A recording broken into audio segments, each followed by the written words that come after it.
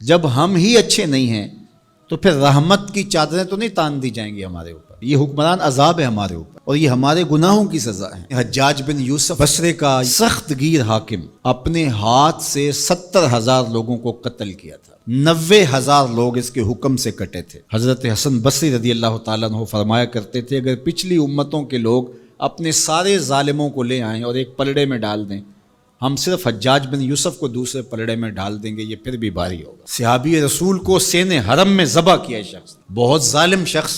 تو کسی نے جرت کی، جرت کرنے والے ہر دور میں ہوتے ہیں، اور کہا کہ تو نے حضرت عمر کا زمانہ دیکھا ہوا ہے، اگر تو بچہ تھا اس وقت، ان جیسا انداز حکمرانی کیوں اختیار نہیں کرتا، اتنا بڑا ظالم کیوں ہو گیا تو حجاج بن یوسف نے جو جواب دیا وہ 2 لفظوں میں تھا. اس نے کہا تبازروا اتعمر لکم، تم ابو ذر بن جاؤ میں عمر بن جاتا ہوں. جب عوام اچھی نہیں ہوگی تو پھر یہی اوپر ہوگا. جب میں کہتا ہوں الہی میرے احوال دیکھ، حکم ہوتا ہے اپنا نامہ اعمال دیکھ. اور ایک روایت میں ہے اعمالکم امالکم، تمہارے اعمال ہی تمہارے امال ہیں، جس طرح کے عمل ہوں گے اس طرح تمہارے اوپر مسلط کر دیے جائیں گے. بندہ سمجھتا ہے کہ یہ آ جائے گا تو شاید یہ اچھا ہوگا، یہ آ جائے گا تو شاید یہ اچھا ہوگا. ایسے کافی دیر پہلے ایک حکومت گئی، پھر اس کی بعد دوسری آئی، تو وہ کوئی صحافی تھے تو مجھے کہنے لگے کہ آپ کیا اس پر کہتے ہیں؟ تو میں نے کہا کہ ہم نے پھولوں کی آرزو کی تھی، آنکھوں میں موتیا اتر آیا.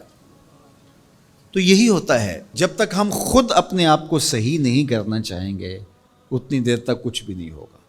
اور دوسری طرف یہ جو نظام ہے اس وقت ہمارے اوپر مسلط، ہم با دل نخواستہ قبول کیے ہوئے ہیں، اور یہ مشق تھی کہ چلو اس کے ذریعے سے کوئی بہتری کا راستہ نکلے، لیکن 70 سال سے وہ کولو کے بیل کی طرح وہی مشق ہو رہی ہے.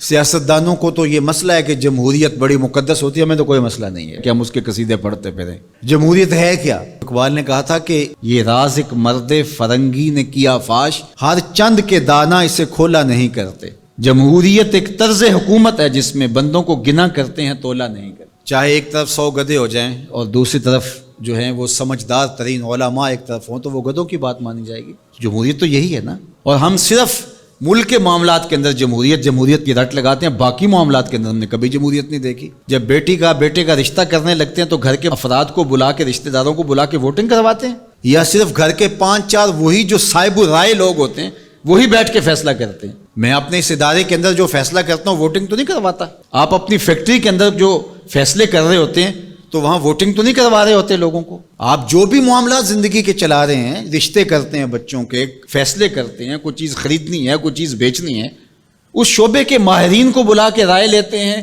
سمجھدار لوگوں کو بٹھا کر کے. اس وقت آپ کی کچن کیبنٹ بھی ہوتی ہے، سب کچھ ہوتا ہے اس وقت. اور یہ ملک اس قدر بے توقیر ہے کہ یہاں آپ اس شخص کی رائے لے رہے ہو کہ جو بریانی کی پلیٹ کے اوپر بک رہا ہے، اور آپ کہہ رہے ہیں کہ اس ووٹ کو بھی عزت ہونی چاہیے، اس کو بھی وقار ہونا چاہیے. کیا بات ہوئی آپ کی؟ ہماری تقدیر اگر بدل سکتا ہے تو وہ نظام محمد صلی اللہ علیہ وسلم بدل سکتا ہے. نظام خلافت ہماری تقدیر بدل سکتا ہے. ہم مشق کرتے رہیں، جو بھی کرتے رہیں، کچھ نہیں ہونے والا. ماضی میں کتنی حکومتیں آئیں، بدلی، اب ایک حکومت آئی، اب یہ بھی شاید جانے والی ہے، قصہ تمام ہونے والا ہے. پھر اس کے بعد کیا ہوگا؟ یہاں ایجنسیوں کے لوگ بھی موجود ہیں، میں میسج دیتا ہوں کوئی ملک کے اندر سے سنجیدہ لوگوں کو اکٹھا کرے. 22 کروڑ کی عوام میں سے کوئی 100 آدمی بھی نہیں ملے گا جو دیانتدار بھی ہو، خیر خواہ بھی ہو اس ملک کا، اور باصلاحیت بھی ہو. ان لوگوں کو بٹھائیں اور کوئی 10-15 سال کے لیے ان کے سپرد کریں ملک، کوئی معاملے سیدھے کریں. غریب کے لیے تو زندگی اتنی تنگ ہو گئی ہے کہ خودکشی منع ہے شریعت میں، ورنہ لوگ خودکشی کر لیں. یہ حالات اگر یورپ میں ہوں، دیگر ممالک میں ہوں، تو وہ تو اجتماعی خودکشیاں کریں. یا ہمارا مذہب ہمیں روک رہا ہے اور ہم برداشت کر رہے ہیں اور صبر کر رہے ہیں. ہمارے مذہب نے ہمیں صبر کی تلقین کی ہے.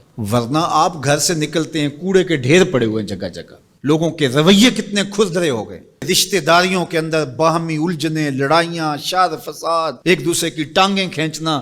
گلیوں بازاروں سے لے کر کے آپ اوپر کی سطح تک چلے جائیں، یہ معاشرہ نہیں رہا. یہ بے ہنگم ہجوم ہے، یہ وحشیوں کا ایک طبیلہ بن گیا ہے. انسانیت نام کی چیزیں تقریباً رخصت ہو چکی ہیں.